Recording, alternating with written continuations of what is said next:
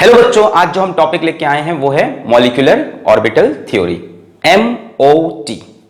और chemical bonding का ये एक बड़ा ही इंपॉर्टेंट टॉपिक है, या शायद सबसे इंपॉर्टेंट टॉपिक है। कॉम्पिटिशन्स में इसके बहुत क्वेश्चन आते हैं और स्कूल वगैरह में इसके ऊपर से सवाल पूछे जाते हैं।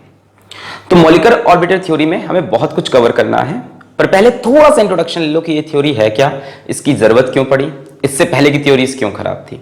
मॉलिक्यूलर ऑर्बिटल थ्योरी से लेकर तुम्हारे जितने भी डाउट्स हैं, जितने भी, वो इस वीडियो में या अगले 2 वीडियो में, शायद मुझे 2 वीडियो करने पड़े, इससे काफी लेंदी टॉपिक है, पूरे कवर हो जाएंगे। पूरे जो तुम्हें डाउट्स है कि क्या है मॉलिक्यूलर ऑर्बिटल, कैसे बनती है, वो इलेक्ट्रॉनिक कॉन्फ़िगरेशन अगर पढ़ा है, सिग्मा 1 है, सिग्मा स्टार 1 है, कैसे सही होता है, बॉन्ड ऑर्डर कैसे निकालेंगे, कैसे स्टेबिलिटी कंपेयर करेंगे, या कैसे शॉर्ट ट्रिक में हम जल्दी जल्दी आंसर्स मार्क करेंगे, सब मिलेगा, है ना। तो स्टार्ट करते हैं कंसेप्ट से, एकदम स्टार्टिंग से। मेरा नाम अलग पांडे और आज का टॉपिक है मॉलिक्यूलर ऑर्बिटल थ्योरी। तो मॉलिक्यूलर ऑर्बिटल थ्योरी हमसे क्या बोलती है, जैसे मान लो एटम की ऑर्बिटल है, यहां मान लो एक हाइड्रोजन का एटम है, दोनों मिलके बना लेंगे H2। ये एटम की ऑर्बिटल है, हाइड्रोजन का कॉन्फ़िगरेशन 1s1 1s1, एक इलेक्ट्रॉन इसमें, वो भी अपोजिट स्पिन के साथ, ताकि ओवरलैप करके H2 बना सके। ये किसकी ऑर्बिटल? Atomic orbital. ये किसकी ऑर्बिटल? एटॉमिक। एटॉमिक ऑर्बिटल आपस में ओवरलैप करती हैं और मॉलिक्यूल बन जाता है। मतलब मॉलिक्यूल के अंदर क्या होती हैं? एटम की ऑर्बिटल होती हैं जो आपस में ओवरलैप कर रही होती हैं। ये पूरा कंसेप्ट था वैलेंस बॉन्ड थ्योरी का। किसका था? VBT, वैलेंस बॉन्ड थ्योरी का ये कंसेप्ट था। पर MOT को ये चीज समझ में नहीं आई।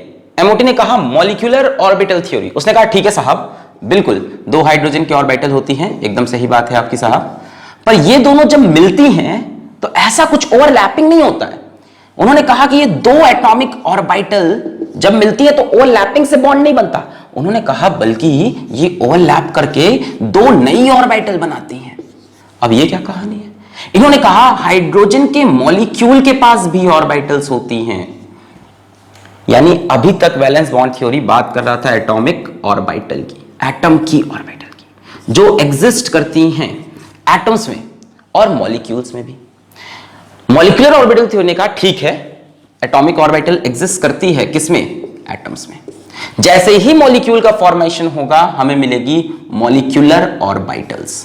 मॉलिक्यूलर ऑर्बिटल्स मतलब हम H2 का भी इलेक्ट्रॉनिक कॉन्फ़िगरेशन लिख सकते हैं अगर हमें इस थ्योरी के बारे में पता चल जाए। हम एटम की सारी प्रॉपर्टी किससे प्रिडिक्ट कर रहे थे? इलेक्ट्रॉनिक कॉन्फ़िगरेशन से। अगर हमें मॉलिक्यूल की इलेक्ट्रॉनिक कॉन्फ़िगरेशन मिल जाए तो मॉलिक्यूल की पूरी स्टेबिलिटी, पूरी कहानी खुल के सामने आ जाएगी।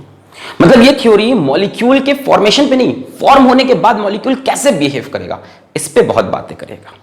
इन्होंने कहा कि एटॉमिक ऑर्बिटल होती हैं और जब वो कंबाइन करती हैं, वो 1s1 और 1s1 जब कंबाइन करता है ना साहब, तो एक नया ऑर्बिटल बनता है। ऐसा 2 थी तो 2 बनी। तो अब 2 से 2 क्यों बनी और 1 क्यों नहीं बनी, इन 2 का नाम क्या है, इन 2 में इलेक्ट्रॉन कैसे जाएंगे, इनकी वजह से प्रॉपर्टी क्या चेंज होगी, यही सब कहानी पढ़नी। वैलेंस बॉन्ड थ्योरी भी एक अच्छी थ्योरी थी, काफी कुछ समझा रहे थे ये, पर ये बात किसकी नहीं कर पाए? ये मॉलिक्यूल की ऑर्बिटल्स की बात नहीं कर पाए।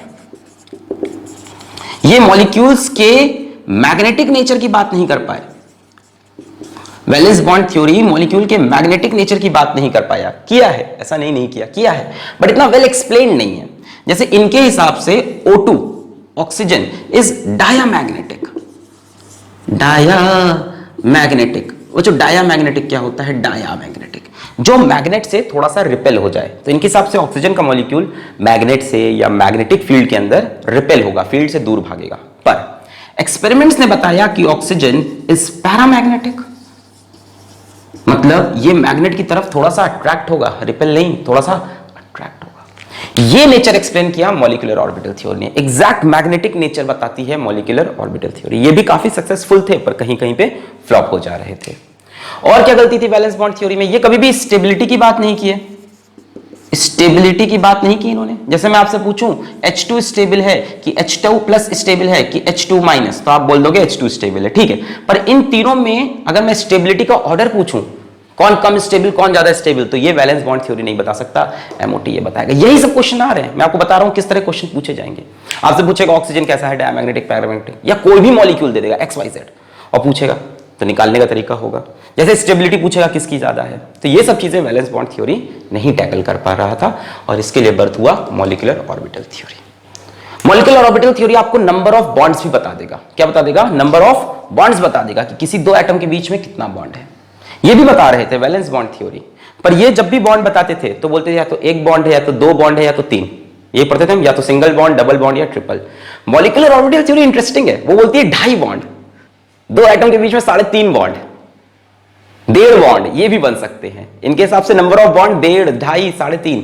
मतलब ये पहली थ्योरी थी जो बॉन्ड ऑर्डर, मतलब नंबर ऑफ बॉन्ड को फ्रैक्शनल मानने को भी तैयार थे। डेप्थ में बातें कर रहे थे, बॉन्ड ऑर्डर को फ्रैक्शनल, नंबर ऑफ बॉन्ड को फ्रैक्शनल मानने को तैयार हो गए। और क्या एडवांटेज है? आपको पता है इलेक्ट्रॉन पार्टिकल है या वेव है, तो आपको पता है बोथ है, बट एटम के अंदर it behaves as a wave होती है इलेक्ट्रॉन की। शॉर्डिंजर ने इक्वेशन भी थी। तो मॉलिक्यूलर ऑर्बिटल थ्योरी पूरी वेव मैकेनिक्स को लेके भी चल रहा है साथ में, मतलब modern view point of view को भी बहुत ज्यादा सपोर्ट कर रहा है। वेव मैकेनिक्स के बहुत ही अंदर के कंसेप्ट यूज कर लिए इन्होंने ये बात की कि जब दो वेव्स आपस में मिलती हैं तो क्या होगा। ये शायद आपने लाइट में पढ़ा हो, इंटरफेरेंस में। तो वही चीज इन्होंने यहां पे यूज की कि जब वेव्स आपस में मिलेंगी तो क्या क्या रिजल्ट हो सकते हैं। तो इसको नोट करें, ये था कि क्यों मॉलिक्यूलर ऑर्बिटल थ्योरी रिक्वायर्ड हुई, क्या क्या बता देगी हमको, किस किस बारे में बात होने वाली है। इसके बाद इसके मेजर पॉइंट्स, मेन पॉइंट्स जो इसके हैं वो डिस्कस करते हैं। पहले इसको नोट कर लें। नोट कर लिया? 1 2 3 4 5। बाहर हो रही है बारिश, बचे हैं दोपहर के 2, और मैं पढ़ा रहा हूं मॉलिक्यूलर ऑर्बिटल थ्योरी। आपका दोस्त, आपका टीचर अलग पांडे। चलो भाई, तो आगे बढ़ेंगे अपन और पढ़ेंगे what are the main points, what are the main points of MOT, MOT, MOT, MOT, MOT, MOT. तो मेन पॉइंट ये थे कि पहली बात कि एटॉमिक ऑर्बिटल्स एटम्स में होती है, पर मॉलिक्यूलर ऑर्बिटल होती है मॉलिक्यूल्स में। तो एटॉमिक ऑर्बिटल्स कंबाइन करती हैं और बनाती हैं मॉलिक्यूलर ऑर्बिटल। मॉलिक्यूल के अंदर एटम की ऑर्बिटल नहीं होती। दूसरी बात, एटॉमिक ऑर्बिटल्स का नाम याद है? याद होगा 1s 2s 2p 3s, यही सब नाम था। ये ऑर्बिटल 2s की, फिर 2p की याद है, उसके अंदर 3 होते थे, तो px orbital, py orbital, pz and so on. s p d f ये नाम थे ऑर्बिटल्स के। s के अंदर 1, p के अंदर 3, d के अंदर 5, dxy dyz dxz dx square minus y square dz square, और f के अंदर 7 ऑर्बिटल्स। पर मॉलिक्यूलर ऑर्बिटल की नेमिंग अलग है। यही तो बात होगी ना कि सर अगर मॉलिक्यूल के अंदर भी ऑर्बिटल है और मैं मॉलिक्यूल का इलेक्ट्रॉनिक कॉन्फ़िगरेशन लिखूं तो कैसे लिखूंगा? 1s2 2s2 2p2 ऐसे लिखूंगा? नहीं। मॉलिक्यूलर ऑर्बिटल का नाम है sigma, pi, del and so on. Sigma molecular orbital, pi molecular orbital. Del के बारे में बहुत बातें नहीं होंगी, हमारा सिलेबस मॉलिक्यूलर ऑर्बिटल थ्योरी को बहुत ऊपर से कवर कर रहा है, बहुत बड़ा टॉपिक है। तो हम सिग्मा मॉलिक्यूलर ऑर्बिटल और पाई मॉलिक्यूलर ऑर्बिटल की बात करेंगे। कहीं ना कहीं ये सिग्मा पाई उसी से जुड़ा है जो आपने वैलेंस बॉन्ड थ्योरी में सिग्मा पाई पढ़ा था, कि जब एक्सियल या हेड ऑन ओवरलैपिंग होती है तो कौन सा बॉन्ड बनता है? सिग्मा। इसी तरह से एटॉमिक ऑर्बिटल जब एक्सियली ओवरलैप करेंगी तो जो मॉलिक्यूलर ऑर्बिटल बनेगी वो बनेगी सिग्मा, और जब साइड वाइज ओवरलैप करेगी तो जो बनेगी वो बनेगी पाई। तीसरा important point, number of molecular orbitals formed is equals to number of atomic orbitals combining. जितनी एटॉमिक ऑर्बिटल कंबाइन करेंगी उतनी मॉलिक्यूलर ऑर्बिटल बनेगी। जैसे मान लो 2 एटॉमिक ऑर्बिटल हैं, ये 1s 1s कंबाइन की, तो मॉलिक्यूल की भी 2 ऑर्बिटल बनेगी, डिफरेंट 2 से 2 बनेगी। अब 2 से 2 कैसे बनेगी, क्यों बनेगी, क्या नेचर होगा, क्या नाम होगा, ये भी पढ़ते हैं। पहले ये पॉइंट समझ गए, एटम के अंदर एटॉमिक ऑर्बिटल, मॉलिक्यूल के अंदर मॉलिक्यूलर ऑर्बिटल। मॉलिक्यूलर ऑर्बिटल का नाम सिग्मा पाई, SPDF नहीं, sigma pi. Number of molecular orbital उतनी ही बनेगी जितनी एटॉमिक ऑर्बिटल कंबाइन करेंगी, 2 से 2 बनेगी। अच्छा, आगे पढ़ते हैं। पॉइंट नंबर 4 कि ये बनी कैसे, very important point. Point number 4 कि 2 से 2 कैसे बनी, वेरी इंपॉर्टेंट। मान लो यहां पे एक 1s है और यहां पे एक और 1s है, दोनों कंबाइन किए और 2 मॉलिक्यूलर ऑर्बिटल बनी।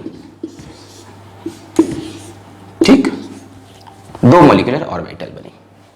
अब आपको पता है जो श्रोडिंगर ने बोला था कि ऑर्बिटल क्या होता है? वो जगह जहां पे इलेक्ट्रॉन को पाए जाने की चांसेस सबसे ज्यादा हो, यानी एक वेव, प्रोबेबिलिटी वेव है। इलेक्ट्रॉन क्या है? एक प्रोबेबिलिटी वेव, और उसी को हम ऑर्बिटल बोलते हैं, उस जगह को जहां पे इलेक्ट्रॉन के पाए जाने की चांसेस सबसे ज्यादा। श्रोडिंगर ने उस वेव के लिए सिंबल यूज किए थे जाई। तो ये वाला ऑर्बिटल हो गया जाई1 वेव फंक्शन, ये हो गया जाई2, दोनों एक एक वेव हैं। बच्चों दो वेव जब आपस में मिलती हैं तो दो चीजें हो सकती हैं। क्या क्या हो सकता है? देखो, मान लो एक ये वेव है, एक ये वेव है, ठीक है, दो वेव्स हैं। अगर मैं इनको प्लस कर दूं तो क्या होगा? ऊपर वाला लोब बढ़ जाएगा, नीचे वाला लोब भी बढ़ जाएगा, ये होगा। और अगर मैं इन दोनों वेव को माइनस कर दूं तो क्या होगा? ये वाला इससे कैंसिल, ये वाला इससे कैंसिल, ये एक वेव, ये एक वेव, दोनों को ऐड किया तो इसमें ये ऐड होके बड़ा हो गया, इसमें ये ऐड होके बड़ा हो गया। इसमें से इसको माइनस किया तो भैया खेल खत्म हो गया। अगर माइनस कर देंगे तो कहानी खत्म हो जाएगी, खत्म हो गई। बच्चों इसको कहते हैं हम लोग इंटरफेरेंस, दो वेव्स का मिलना। अगर दो वेव ऐड हो रही हैं पॉजिटिवली और ऐसा कुछ बन रहा है तो इसको हम बोलते हैं कंस्ट्रक्टिव इंटरफेरेंस। इसके बारे में मैं आपसे बात करूंगा जब मैं YDSE पढ़ाऊंगा, क्लास 12 का टॉपिक है। और यार YDSE मेरा बहुत ही फेवरेट। शायद तुमको YDSE में यंग्स डबल स्लिट एक्सपेरिमेंट में शायद कंफ्यूजन हो, शायद तुम्हें नहीं समझ में आता हो लाइट वेव और पार्टिकल है ये चीज़ का मतलब। वो सब चीज़ें मैं बहुत डिटेल बताऊंगा फिजिक्स में। अभी सुनो, अभी शॉर्ट में चलना है, बहुत डिटेल में नहीं घुसना।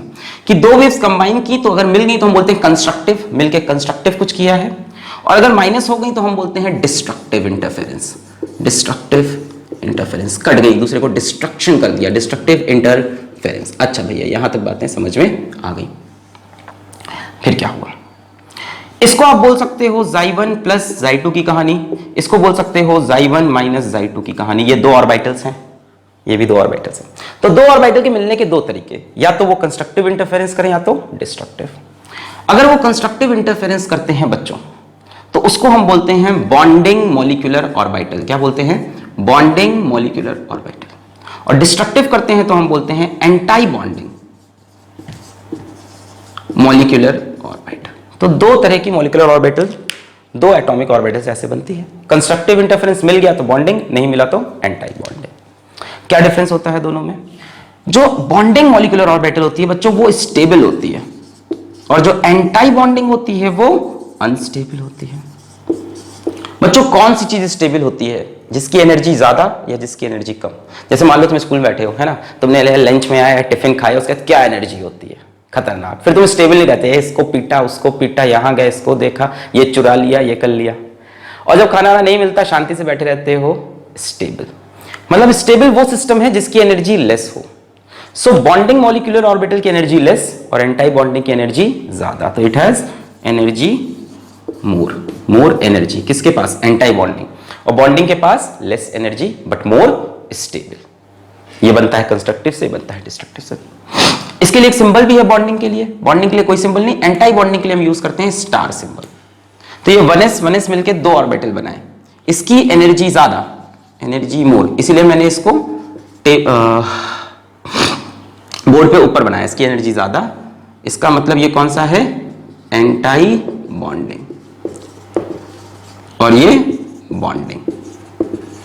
It is more stable and this has more energy. इसके लिए तारा यूज करेंगे, इसके लिए तारा नहीं यूज करेंगे। यही डिफरेंस है। अब समझ में आ गया दो ऑर्बिटल से दो क्यों बनती हैं? एक बनती है किससे? डिस्ट्रक्टिव इंटरफेरेंस, और ये वाली स्टेबल वाली किससे? Constructive interference. Bonding molecular orbital constructive, anti bonding molecular orbital destructive. दो वेव फंक्शन है, दोनों ऐड होके। ये वाला किससे आया है? जाई1 प्लस जाई2। ये वाला किससे आया है? सॉरी, ये वाला किससे आया? जाई1 प्लस जाई2। जो प्लस होके आया है ना उसकी एनर्जी कम है और स्टेबिलिटी मोर है।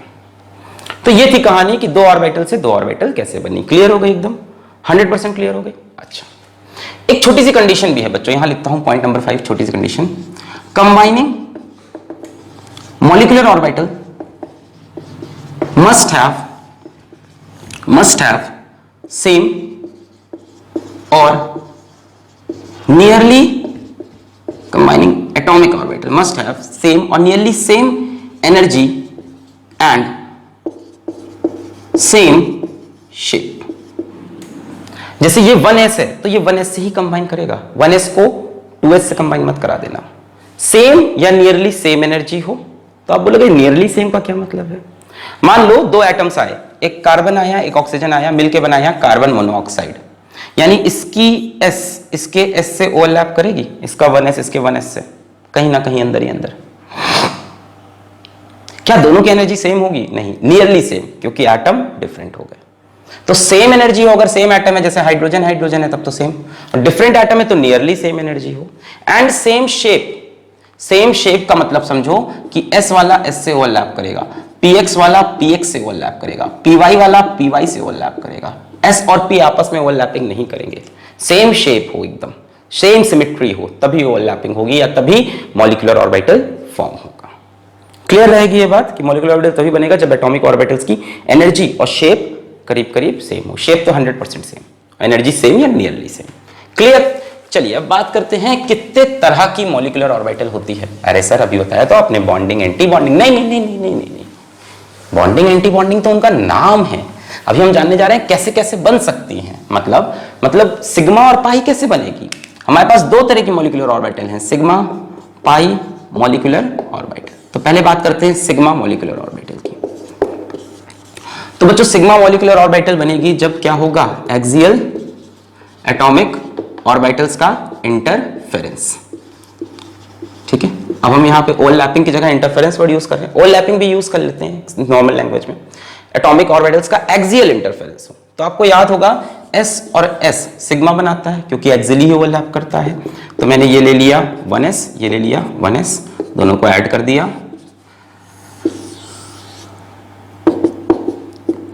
ये यहां पे हमारे पास रिजल्टिंग मॉलिक्यूलर ऑर्बिटल आ गया। 1s 1s से बड़ा, और क्योंकि एक्सियल ओवरलैपिंग सिग्मा नाम पड़ेगा 1s। कैसा है ये, बॉन्डिंग मॉलिक्यूलर ऑर्बिटल। क्यों? क्योंकि दोनों वेव फंक्शन ऐड हुए हैं तो कंस्ट्रक्टिव इंटरफेरेंस, कंस्ट्रक्शन हुआ।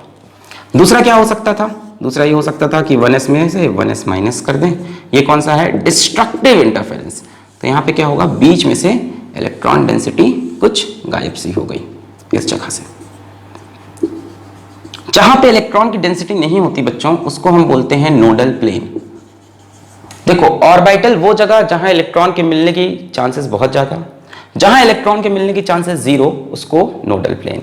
तो यहां पे एक नोडल प्लेन भी, इसका नाम 1s 1s से बना, सिग्मा तरीके से बना एक्सियल ओवरलैपिंग, सिग्मा 1s और साथ में यूज करेंगे स्टार, क्योंकि ये कौन सा है, एंटी बॉन्डिंग मॉलिक्यूलर ऑर्बिटल। क्यों एंटी बॉन्डिंग, क्योंकि माइनस हो गए, डिस्ट्रक्टिव इंटरफेरेंस। इस तरह से 2s भी सेम काम करेंगे, sigma 2s sigma star 2s। S वाला पाई तो बना नहीं सकता, तो sigma 1s sigma star 1s, sigma 2s sigma star 2s ऐसे बन जाएगा, शेप भी सेम होगा। जैसे कंपटीशन में क्वेश्चन आ सकता है कि सिग्मा स्टार 1s में या 1s के एंटी बॉन्डिंग में कितने नोडल प्लेन हैं। अब वो तुम सवाल का जवाब दे ही नहीं सकते, उसके लिए आपको इमेज याद होनी चाहिए, एक नोडल प्लेन। इस तरह से 2s इस तरह से 3s पर 3s 4s की हमें बात नहीं करनी थ्योरी में, हम 1s 2s की बात करके ही पूरा टॉपिक निपटा लेंगे, उतने में ही खत्म हो जाएगा सारा कंपटीशन, सारा स्कूल का पढ़ाई। क्लियर? ये हो गई सिग्मा SS से। और बच्चों सिग्मा कौन बनाता है, मेरे ख्याल से और सिग्मा बनाता है P वाला। अच्छा इसको ऐसे भी दिखा सकते थे तुम दिखाने को, 1s प्लस 1s, आगे हम ऐसे ही दिखाएंगे, कौन भाई बार बार पूरा शेप बनाएगा। 1s एक यहां, इसको बोलेंगे सिग्मा 1s, इसको बोलेंगे सिग्मा स्टार 1s। ये एंटी बॉन्डिंग मॉलिक्यूलर ऑर्बिटल, ये बॉन्डिंग मॉलिक्यूलर ऑर्बिटल। इसकी एनर्जी ज्यादा, इसकी एनर्जी कम, ये ज्यादा स्टेबल, ये लेस। तो आगे हम ऐसे ही बनाएंगे, एंटी बॉन्डिंग को ऊपर बना देंगे, बॉन्डिंग को नीचे और दो। ठीक है, अभी शेप सिखा रहे हैं। अब और कौन सिग्मा बना सकता है, देखो एक एग्जांपल देते हैं, नाइट्रोजन नाइट्रोजन ट्रिपल बॉन्ड। आपको पता है इस ट्रिपल बॉन्ड में एक सिग्मा होता है, 2 पाई होता है, ये पता होगा, ट्रिपल बॉन्ड में एक सिग्मा 2 पाई। ठीक, नाइट्रोजन का कॉन्फ़िगरेशन बच्चों होता है 2p3, इधर भी 2p3, 1 2 3 1 2 3।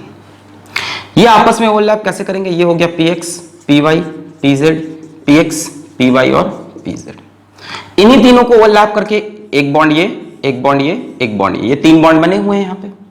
तो यानी 3 में से एक को तो सिग्मा बनाना होगा, किसी एक की ओवरलैपिंग तो सिग्मा की होगी। तो हम मान लेते हैं कि pz ने सिग्मा बनाया, तीनों ऑर्बिटल की एनर्जी सेम है, किसी से भी आप सिग्मा मान सकते थे, पर एक केमिस्ट्री में कन्वेंशन चला आता आ रहा है, सारी किताबें जिसको फॉलो कर रही हैं, सारे कंपटीशन जिसको फॉलो कर रहा, तो हम भी मान लेंगे पीजेड सिग्मा बना रहा, पर अच्छी किताबें साफ साफ बोलती हैं कोई भी सिग्मा बना सकता है।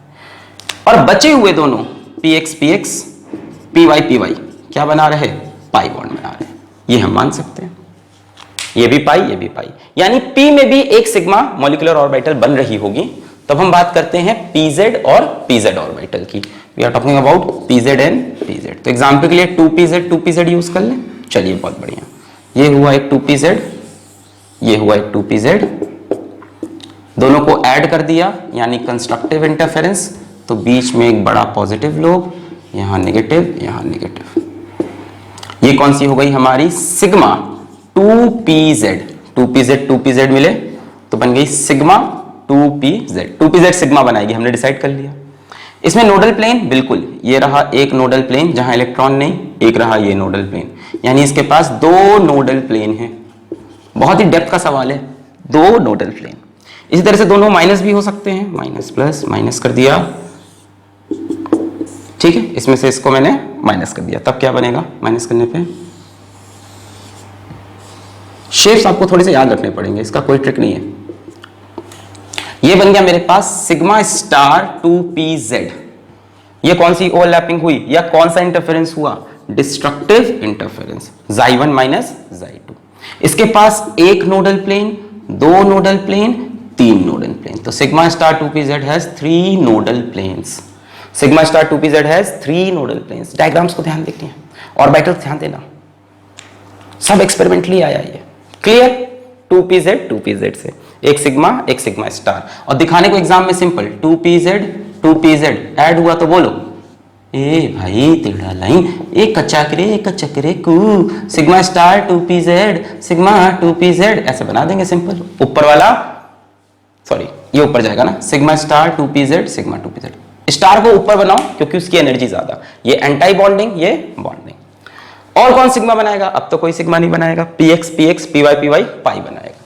तो सिग्मा मॉलिक्यूलर ऑर्बिटल समझ में आ गई, एक्सियल ओवरलैपिंग से s में बनेगी और pz में बनेगी बस। इसके बाद पाई मॉलिक्यूलर ऑर्बिटल, तो पाई मॉलिक्यूलर ऑर्बिटल कब बनेगी, जब साइड वाइज ओवरलैपिंग हो, या साइड वाइज इंटरफेरेंस में लिख लूं, किसका, एटॉमिक ऑर्बिटल्स का। तो px भी करेगी, py भी करेगी, दो को हमने उठा लिया पाई के लिए, एक को छोड़ दिया सिग्मा के लिए। तो मान लो ये px है या py है, कुछ भी मान लो,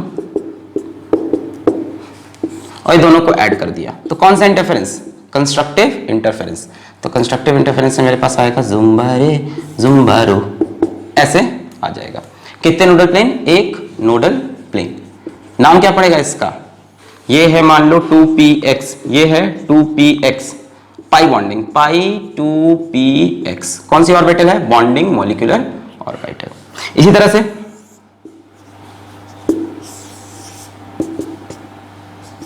इसमें से मैंने इसको माइनस कर दिया, माइनस करने पे जो शेप बनेगा ध्यान से देखें, कुछ ऐसा शेप बन जाएगा। नाम क्या पड़ेगा, pi star 2px, anti bonding molecular orbital. Nodal plane देखो, एक नोडल प्लेन, दो नोडल प्लेन, 2 नोडल प्लेन। कौन सा interference, destructive interference. Nodal plane वो जगह जहां इलेक्ट्रॉन नहीं मिल सकता, ऑर्बिटल्स में इलेक्ट्रॉन मिल सकता है। बोलिए कितना परसेंट क्लियर हुआ, क्लियर हुआ एकदम बढ़िया से, समझ में आ गया है। पाई और सिग्मा मॉलिक्यूलर ऑर्बिटल, इस तरह से पाई 2py, पाई स्टार 2py। तो ये थे शेप्स ऑफ मॉलिक्यूलर ऑर्बिटल्स, और किस किस नाम से पाए जाते हैं, और कौन सिग्मा और कौन पाई कहलाता है।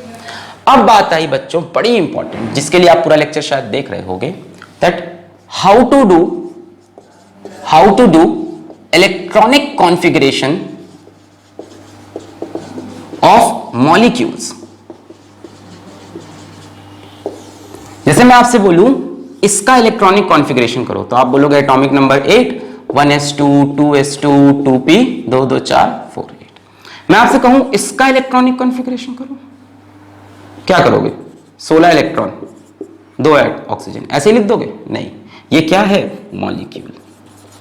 मतलब इसका इलेक्ट्रॉनिक कॉन्फ़िगरेशन कुछ ऐसा होगा, sigma 1s2 sigma star 1s2। ओए होए, ये क्या हो रहा है? मॉलिक्यूल के ऑर्बिटल के अंदर अब इलेक्ट्रॉन जा रहे हैं। तो हम बात करने जा रहे हैं कि इलेक्ट्रॉनिक कॉन्फ़िगरेशन मॉलिक्यूल्स का कैसे करें। इसके लिए आपको कुछ रूल्स पढ़ने पड़ेंगे, जैसे एटॉमिक ऑर्बिटल्स में रूल पढ़े थे, याद आए इलेक्ट्रॉनिक कॉन्फ़िगरेशन के रूल्स? याद करो। पहला रूल अफबाउस प्रिंसिपल। अफबाउस प्रिंसिपल मैंने वीडियो कर रखा है इसके ऊपर, यूट्यूब पे सर्च करना होगा, अफबाउस प्रिंसिपल फिजिक्स वाला मिल जाएगा। अफबाउस प्रिंसिपल ये क्या बोलता था? ये बोलता था एटम की ऑर्बिटल्स में इलेक्ट्रॉन भरता है इंक्रीजिंग ऑर्डर ऑफ एनर्जी में। पहले इलेक्ट्रॉन उसमें जाता है जिसकी एनर्जी कम, फिर उसमें जिसकी एनर्जी ज्यादा, फिर उसमें जिसकी एनर्जी और ज्यादा। तो ये रूल फॉलो होगा मॉलिक्यूलर ऑर्बिटल्स में भी, कि आप एनर्जी के ऑर्डर में इलेक्ट्रॉन की फिलिंग करिए। जैसे हम पूछें बॉन्डिंग और एंटी बॉन्डिंग में इलेक्ट्रॉन किसको दोगे? Anti bonding molecular orbital, bonding molecular. किसको इलेक्ट्रॉन पहले दोगे? बॉन्डिंग को। इसकी एनर्जी कम, इसकी एनर्जी ज्यादा। सेकेंड बच्चों प्रिंसिपल था पॉलीस प्रिंसिपल। पॉलीस प्रिंसिपल याद है? कहता था एक ऑर्बिटल में 2 इलेक्ट्रॉन हो सकते हैं और दोनों का स्पिन अपोजिट हो। ये भी यहां वैलिड है। एक मॉलिक्यूलर ऑर्बिटल के अंदर चाहे बॉन्डिंग हो चाहे एंटी बॉन्डिंग, 2 इलेक्ट्रॉन हो सकते हैं और दोनों का स्पिन अपोजिट। तीसरा रूल था बच्चों हंड्स रूल। हंड्स रूल हमसे क्या कहता था कि हंड्स रूल याद दिलाने के लिए ये याद दिलाता हूं मैं, पी ऑर्बिटल। पी में जब इलेक्ट्रॉन भरते हैं तो ऐसे, अगला इसमें डालते हैं, नहीं इसमें कैसे, ऐसे, इसमें ऐसे, कि अगर ऑर्बिटल्स की एनर्जी सेम है तो उसमें इलेक्ट्रॉन अनपेयर्ड रहेंगे और विथ सेम स्पिन रहेंगे। अगर ऑर्बिटल की एनर्जी सेम है तो उसमें इलेक्ट्रॉन अनपेयर्ड रहेंगे और विथ सेम स्पिन रहेंगे और उसके बाद पेयरिंग स्टार्ट होगी। तो ये चीज भी यहां पे वैलिड है। फॉर एग्जाम्पल पाई 2px की एनर्जी पाई 2py के बराबर होती है। z की तो अलग होती है, वो सिग्मा में चला गया। तो एक इलेक्ट्रॉन इसमें, एक इसमें, फिर इसकी पेयरिंग, फिर इसकी पेयरिंग, ये भी फॉलो करेंगे किसमें? Molecular orbital. तो तीनों ही रूल वैलिड है मॉलिक्यूलर ऑर्बिटल थ्योरी पे। क्या नहीं वैलिड है? n+l रूल नहीं है। n+l रूल याद है? वो यहां पे वैलिड नहीं है क्योंकि यहां उस तरह की ऑर्बिटल नहीं है 1s 2s, यहां तो सिग्मा 1s पाई 2px इस तरह की है, तो गिन नहीं सकते। यानी ओवरऑल जो इसका आप कॉन्फ़िगरेशन करोगे वो एक्सपेरिमेंट से करोगे। एक्सपेरिमेंट से प्रॉपर्टीज प्रिडिक्ट होंगी, प्रॉपर्टीज से इलेक्ट्रॉनिक कॉन्फ़िगरेशन प्रिडिक्ट होगा और फिर उसको लेके हम बताएंगे कि अफबाउस प्रिंसिपल वैलिड है तो वही इंक्रीजिंग ऑर्डर ऑफ एनर्जी, ये तो देखा गया। बट एक्चुअल जो कॉन्फ़िगरेशन आना है वो एक्सपेरिमेंट से आना है। मतलब इसकी जो भी हम एनर्जी का ऑर्डर बनाएंगे वो एक्सपेरिमेंट से मिलेगा हमको। तो एक्सपेरिमेंट से हमें जो ऑर्डर मिला वो हम आपको बता देंगे, आप उसको कॉपी में लिख के अब याद कर लेंगे और उसी को अप्लाई कर देंगे। ज्यादा डिफिकल्ट नहीं है, प्रैक्टिस करते करते याद हो जाता है। चलिए भाई हम आपको स्टार्ट करें, क्या बताना कि कैसे कैसे करना है। चलिए मान लीजिए if we have less than और इक्वल टू 14 इलेक्ट्रॉन्स, जिस मॉलिक्यूल की बात कर रहे हैं उसमें 14 या 14 से कम इलेक्ट्रॉन हो, तो आप क्या करोगे? कॉन्फ़िगरेशन सिग्मा 1s सबसे पहले, उसके बाद सिग्मा स्टार 1s, इसके बाद सिग्मा 2s, इसके बाद सिग्मा स्टार 2s। यहां तक तो दोनों में ही डाउट नहीं, कहीं डाउट नहीं, ठीक है। इसके बाद आएगा आपका pi 2px which is equals to pi 2py, then sigma 2pz, then pi star 2px which is equals to pi star 2py and then will come sigma star 2pz। तो ये आप इतना नोट करें पहले, तभी हम आगे बढ़ सकते हैं, एल्स आगे बढ़ने का कोई फायदा नहीं है।